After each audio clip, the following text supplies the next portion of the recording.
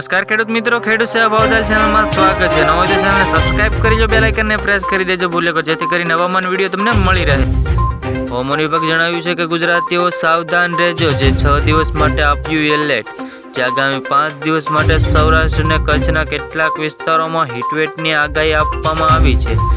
જે 6 દિવસ માટે આપ્યું એલર્ટ। જે આગામી 5 દિવસ માટે સૌરાષ્ટ્ર અને કચ્છના કેટલાક વિસ્તારોમાં હીટવેવની આગાહી કરવામાં આવી છે। તો આજે હવામાન વિભાગે અમદાવાદ કેન્દ્રીય મોસમ વૈજ્ઞાનિક અભિમન્યુ ચૌહાણે જણાવ્યું છે કે આપેલ માહિતી પ્રમાણે ગુજરાતના 6 દિવસ હીટવેવની આગાહી કરવામાં આવી છે। તો આ સાથે તેમણે જણાવ્યું છે કે ગુજરાતના 7 દિવસ હવામાન શુષ્ક રહેશે।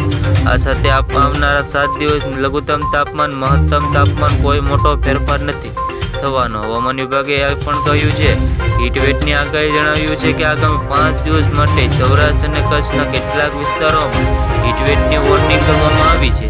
તો આગામી 4-5 દિવસની આજથી 25 તારીખ સુધી કચ્છ, પોરબંદર, રાજકોટ, જૂનાગઢ, ગીર સોમનાથ અને અમરેલી હીટવેવની વોર્નિંગ આપવામાં આવી છે। તો જ્યારે કે પછી 2 દિવસ બાદ કચ્છ, પોરબંદર, રાજકોટ, જૂનાગઢ, ગીર સોમનાથ અને અમરેલીમાં હીટવેવની વોર્નિંગ આપવામાં આવી છે। હીટવેવની આગાહી જણાવતા કહ્યું છે કે આગામી 5 દિવસ માટે સૌરાષ્ટ્ર જેવા વિસ્તારોમાં હીટવેવની આગાહી છે।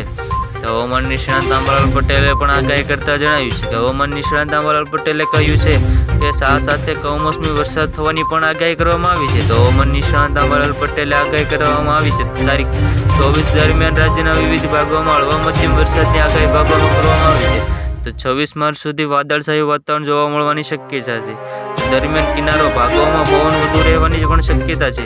આ ભાગોમાં પવન પણ વધુ રહેવાની શક્યતા। આ દરમિયાન કેટલાક ભાગોમાં હળવા મધ્યમ વરસાદની આગાહી કરવામાં આવી છે। આવી જ રીતે ફરી મળીએ, જોતા રહો ખેડૂત સેવા ભાવતાલ યુટ્યુબ।